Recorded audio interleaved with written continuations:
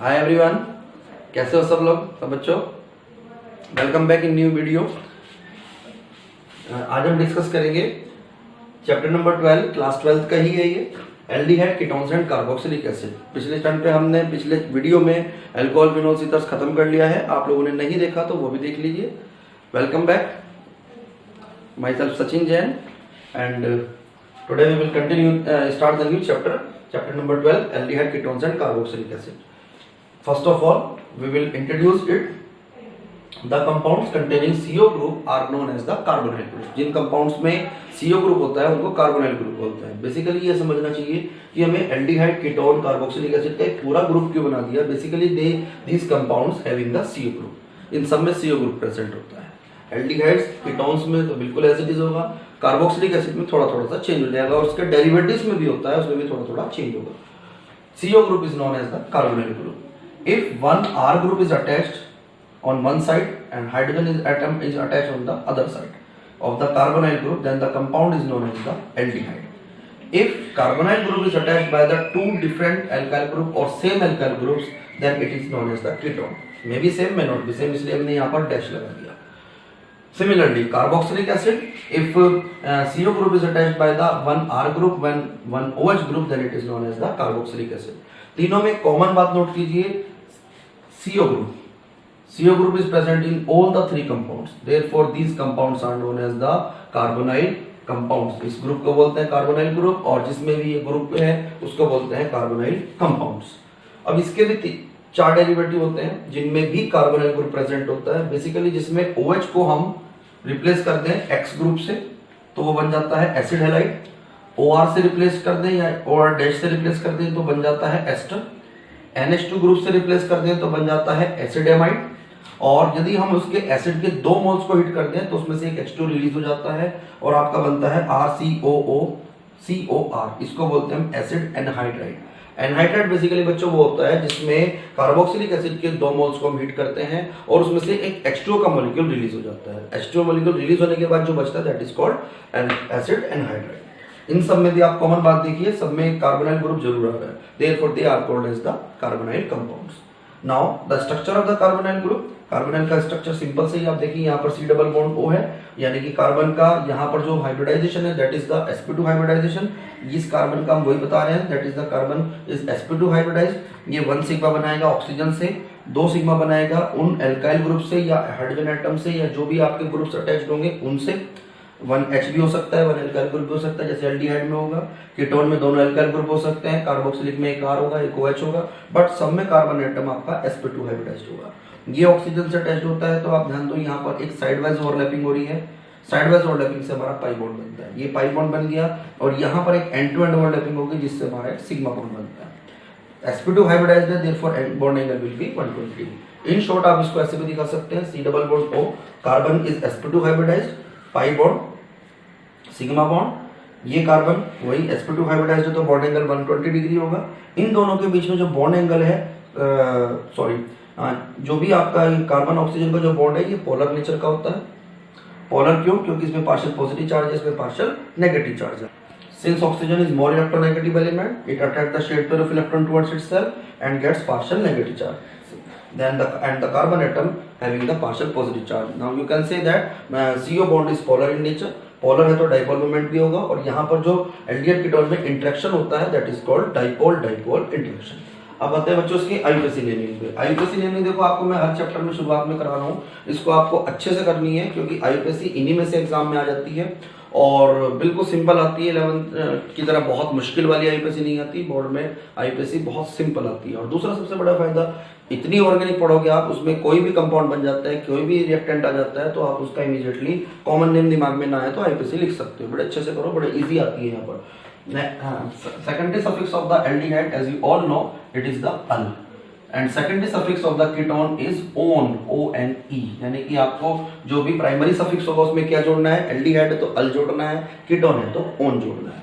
General IUPAC name of the aldehyde alkanal, alkanal होगा क्योंकि उसमें आपने E हटाना है, अल जोड़ देना है। इसी तरह से जनरल IUPAC नेम कीटोन्स की बात करें तो दैट विल बी एल्केनोन। अब कुछ एग्जांपल्स देखते हैं, जैसे HCHO है आपका, HCHO को बोलते हैं मीथेनल क्योंकि इसमें एक कार्बन है, कॉमन नेम इज फॉर्मेल्डिहाइड, ये याद रख लीजिए। शुरुआत के 1-2 कंपाउंड का याद रखना है, ज्यादा का कॉमन नेम भी नहीं याद रखना। अब यहाँ पर 2 कार्बन एटम्स हो गए, 2 कार्बन एटम को बोल देंगे हम कंपाउंड को ethanol. Common name is acetaldehyde, ना याद रहे तो कॉमन नेम उससे निकाल लो, एसिटिक एसिड से 2 कार्बन का एसिड होता है एसिटिक एसिड, तो उसी जैसा ही है, एसिटल्डिहाइड हो गया, एल्डिहाइड हो गया, वहां पर कार्बोक्सिलिक एसिड है। इसी तरह से 3 कार्बन का कंपाउंड है, तो 3 कार्बन के कंपाउंड को आप क्या बोल दोगे, प्रोपेनल, एल्डिहाइड ग्रुप की वजह से। 4 कार्बन का हो गया तो ये आपका हो गया ब्यूटेनल। अब हम कुछ कीटोन्स देखते हैं। कीटोन्स में क्या होगा, एटलीस्ट 3 कार्बन का कम से कम होगा, क्योंकि ये जो CO ग्रुप है दोनों साइड आपको एल्काइल ग्रुप से अटैच करना है, इधर भी मिथाइल ग्रुप इधर भी मिथाइल ग्रुप, तो कम से कम 3 कार्बन का कीटोन होगा, इससे कम का कीटोन नहीं होता। 3 carbon compound ketone is known as the propanone. 3 carbon की वजह से प्रोप आ गया, सिंगल बॉन्ड की वजह से एन आ गया और कीटोन की वजह से ओन आ गया। इसका कॉमन नेम है एसीटोन, बहुत फेमस नेम है, इसको ज्यादातर यही यूज करते हैं। अदरवाइज आप एक और नाम बना सकते हैं। दोनों साइड ध्यान से देखो, मिथाइल ग्रुप है, मिथाइल मिथाइल यानी कि डाई मिथाइल कीटोन बोल सकते हो कॉमन नेम में। इसी तरह से हमने नेक्स्ट कंपाउंड ले लिया 1 2 3 4 कार्बन का कंपाउंड है, इसमें सेकंड कार्बन पे आपका कीटोन ग्रुप आ रहा है, तो ये हो गया ब्यूटेनॉन या ब्यूटेन टूओन भी बोल सकते हैं इसको। ठीक, अब इसमें दूसरा जो है आईयूपीएसी कॉमन नेम का तरीका, इधर मिथाइल है इधर इथाइल, तो क्या बोल सकते हैं, इथाइल मिथाइल कीटोन। सीधा सा तरीका, जो भी अल्काइल ग्रुप है वो लिखो, साथ में कीटोन लगा दो या कीटोन लगा दो। और पेंटेन टू, इसमें जैसे 5 कार्बन हो गए 1 2 3 4 5, तो पेंटेन टूओन हो गया। इसमें जरूर मेंशन करना है टूओन पोजीशन कीटोन ग्रुप की, ब्यूटेनॉन में करो या ना करो, क्योंकि वहां तो 4 ही कार्बन है, सेकंड कार्बन पे ही ओन आता है। जैसे इसी तरह से हमारा नेक्स्ट कंपाउंड में 3rd कार्बन पे आ रहा है ये, तो इसका नेम हो जाएगा पेंटेन 3-ओन, क्योंकि 3rd पोजीशन पे है। कॉमन नेम की बात करें तो इसमें इधर भी इथाइल इधर भी इथाइल, तो ये बन गया डाई इथाइल कीटोन। इसमें इधर इथाइल है इधर नॉर्मल प्रोपाइल है, सॉरी मिथाइल था इधर मिथाइल इधर नॉर्मल प्रोपाइल, तो ये हो गया मिथाइल नॉर्मल प्रोपाइल कीटोन। इस तरह से बनेगा। Next compound is two methoxy propanol. 3 carbon की चेन है, सेकंड पे मिथाइल है, तो इसका नेम बन गया 2-मिथॉक्सी-प्रोपेनॉल। नेक्स्ट है 3 कार्बन की चेन है हमारे पास, इसमें यहाँ डबल बॉन्ड है सेकंड और थर्ड कार्बन के बीच में, 3 कार्बन की वजह से बोल देंगे प्रोप। सेकंड और थर्ड के बीच में डबल बॉन्ड है तो 2-इन और 1 पोजीशन पे अल है। बुक्स में आपको ये इनल भी मिल सकता है, क्योंकि 1 अल लिखते हैं नहीं जनरली, क्योंकि एल्डिहाइड या कीटोन जहां पर भी होंगे, कि एल्डिहाइड में स्पेशली टर्मिनल पोजीशन से ही नंबरिंग होती है, तो 1 अल तो अपने आप आना ही आना है। अब कुछ एरोमेटिक एल्डिहाइड्स लेते हैं, जैसे कि बेंजल्डिहाइड है, बेंजीन के ऊपर एक CHO लगा हुआ है, दैट इज कॉल्ड बेंजल्डिहाइड। अब इसमें 2-2 है, यदि ये CHO ग्रुप आपको पता भी होगा 11th में एक रूल था, CHO ग्रुप यदि चेन में काउंट नहीं होते हैं तो उसको हम कार्बल्डिहाइड बोलते हैं। क्या बोलते हैं, कार्बल्डिहाइड। अब जैसे ये है बेंजीन, इसको क्या बोलेंगे, 1,2 डाई कार्बल्डिहाइड। 2 बार है, 3 बार होगा तो 1 2 3 बोल देंगे, 1 3 4 बोल देंगे, जिन भी पोजीशंस पे वो होंगे। नेक्स्ट है इसी तरह से हमारा ये कंपाउंड है, इसमें ब्रोमो आ गया 1 2 3, तो 3rd कार्बन पे Br है, तो क्या बोल देंगे 3 ब्रोमो बेंजल्डिहाइड। नेक्स्ट है इसी तरह से हमारा कंपाउंड, इंपॉर्टेंट कंपाउंड है ये भी और ये भी, CH3 CH double bond CH CHO। इसमें सेकंड और थर्ड कार्बन के बीच में डबल बॉन्ड है, 4 कार्बन की चेन है तो ब्यूट हो गया, 2 के और 3 के बीच में डबल बॉन्ड है तो इन हो गया, 2-इन और 1 अल। इस कंपाउंड को बच्चों कॉमन नेम में बोलते हैं क्रोटोनल्डिहाइड। क्या नाम है इसका, क्रोटोनल्डिहाइड। इसी तरह से नेक्स्ट जो कंपाउंड है इसको बोलते हैं सिनेमल्डिहाइड, कॉमन नेम है। क्या फर्क है इसमें, यहाँ पर एक मिथाइल ग्रुप था, यहाँ पर एक फिनाइल ग्रुप आ गया या बेंजीन लगा गई, छोटा सा डिफरेंस है। CH double bond CH single bond CHO, 3 carbon की ही लॉन्गेस्ट चेन बन पा रही है, 3 फिनाइल प्रोप 2-इन 1 अल बोलना पड़ेगा। इसी तरह का कीटोन लेते हैं 1-2, CH3 C CH3 double bond CH CO CH3, ketone भी आ गया, डबल बॉन्ड भी आ गया, साइड चेन भी आ गई। तो इधर से करो नंबरिंग, जिधर से डबल बॉन्ड जिधर से आपका फंक्शनल ग्रुप पास पड़ेगा, कीटोन पास में आए ना आए, सॉरी ये डबल बॉन्ड पास में आए ना आए, कीटोन को प्रेफरेंस देनी है। तो 4th कार्बन पे आपका मिथाइल आ रहा है, देयरफॉर ये हो गया आपका 4 मिथाइल। 5 कार्बन की चेन है, इट इज पेंट। 3 पे इन है तो इन हो गया, पेंट 3 इन और 2 ऑन हो गया। क्लियर। नेक्स्ट है, अब ये आपका एक साइक्लो ग्रुप कंपाउंड है, इसमें डबल बॉन्ड O लगा हुआ है, एक CH3 भी लगा हुआ है। यदि ये CH3 ना होता इसको बोलते हैं हम साइक्लोहेक्सेनोन। क्या बोलते हैं इसको, साइक्लोहेक्सेनोन। अब इसमें सेकंड कार्बन पे मिथाइल आ गया, therefore it is the 2-मिथाइल cyclohexanone. 1-2 और एरोमेटिक कीटोन्स देखते हैं, जैसे बेंजीन नहीं है उसके ऊपर हमारा ग्रुप आ गया ये COCH3, इसको याद रखिएगा, ज्यादातर ये कॉमनली यूज होगा आपका रिएक्शंस में। तो ये कंपाउंड कहलाता है आपका एसिटोफिनोन। क्या नाम है इसका, एसिटोफिनोल। कॉमन नेम आप बना सकते हैं, एक तरफ फिनाइल ग्रुप है, एक तरफ मिथाइल ग्रुप है और एक तरफ फिनाइल, तो मिथाइल फिनाइल कीटोन। इसी तरह का एक और कंपाउंड है बेंजीन के ऊपर COC6H5 है, इस कंपाउंड को बोलते हैं बेंजोफिनोल। आईपीसी आप बना सकते हैं, इधर भी फिनाइल ग्रुप है इधर भी फिनाइल है, तो इसको बोल सकते हैं diphenyl ketone. Next heading is methods of preparation of aldehydes and ketone. पहला मेथड हम डिस्कस करेंगे बाय ऑक्सीडेशन ऑफ अल्कोहल। ये पिछले चैप्टर में भी आप कर चुके हो। प्राइमरी अल्कोहल्स यदि आपके पास है और प्राइमरी अल्कोहल्स का हम ऑक्सीडेशन करते हैं in the presence of acidic KMnO4 acidic K2Cr2 तो देन 1HA और एक ऑक्सीजन ये वाला H2 रिलीज कर देगा और आपका कंपाउंड बचता है एल्डिहाइड। लेकिन इस मेथड में छोटी सी प्रॉब्लम है, क्योंकि एसिडिक KMnO4 या acidic K2Cr2 is a strong oxidising agent. तो जैसे ही आपका एल्डिहाइड बनता है तुरंत उसको रिमूव करो, अदरवाइज ये फर्दर ऑक्सीडाइज हो जाता है कार्बोक्सिलिक एसिड में। एक एग्जांपल देखते हैं पहले इसका। R ग्रुप को मैं रिप्लेस करने वाला हूँ CH3 से। देखो एक CH3 लगा दिया बस हमने और कोई चेंज नहीं किया। CH2OH एज इट इज है, ऑक्सीडेशन कर दो with the same reagent, then आपका बनेगा 1H1H2 और एक ऑक्सीजन, ये बन गया H2O और मेन प्रोडक्ट बन गया आपका CH3CH2। इसी तरह से कोई एरोमेटिक अल्कोहल भी ले सकते हो आप, जैसे एरोमेटिक अल्कोहल मैंने ले लिया है यहाँ पर बेंजाइल अल्कोहल। सेम मेथड यहाँ पर फॉलो होना है, 1HA और इसकी जगह ये एक ऑक्सीजन, ये बन गया H2O और इसकी जगह बन गया टोटल आपका बेंजल्डिहाइड CH ग्रुप।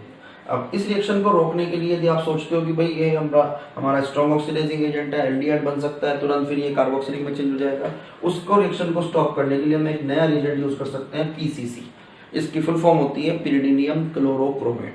पिरिडीन होता है, CrO3 होता है, HCl का होता है, तीनों का 1:1 रेशो का 1:1 का मिक्सचर होता है, उसे बोलते हैं पिरिडीनियम क्लोरोक्रोमेट। और ये बस इतना ऑक्सीडाइजिंग एजेंट है, माइल्ड बोलते हैं इसको ऑक्सीडाइजिंग एजेंट, कि बस एल्डिहाइड बना के रिएक्शन को रोकते हैं।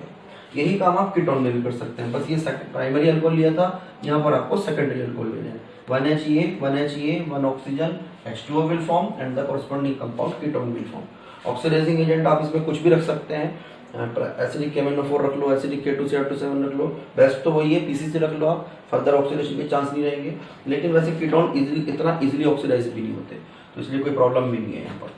एल्डिहाइड इजीली ऑक्सीडाइजेबल होते हैं। अब इसका एक एग्जांपल लेंगे, इन दोनों R को मैं रिप्लेस करूंगा बाय CH3 ग्रुप, ये H और ये O H2 की फॉर्म में रिलीज और आपका बन गया कीटोन, जिसको हम बोलते हैं एसीटोन या प्रोपेनॉन। अब एक हम साइक्लिक कंपाउंड लेंगे, ये भी सेकेंडरी अल्कोहल है, यहाँ से एक H कह सकते हो, ये वाला H और ये वाला O, एक H2 रिलीज हो गया और यहाँ पर आपका बन जाता है रिंग डबल बॉन्ड O। इस कंपाउंड को बोलते हैं साइक्लोहेक्सेनोन, जो हमने पहले भी किया था। It is also a ketone. Now the second method is by catalytic dehydrogenation of alcohols। अब हम अल्कोहल्स का कैटालिटिक डिहाइड्रोजनेशन करेंगे। बेसिकली ये भी केमिकल प्रॉपर्टी थी अल्कोहल्स की, और जो आपने लास्ट चैप्टर में पढ़ी थी।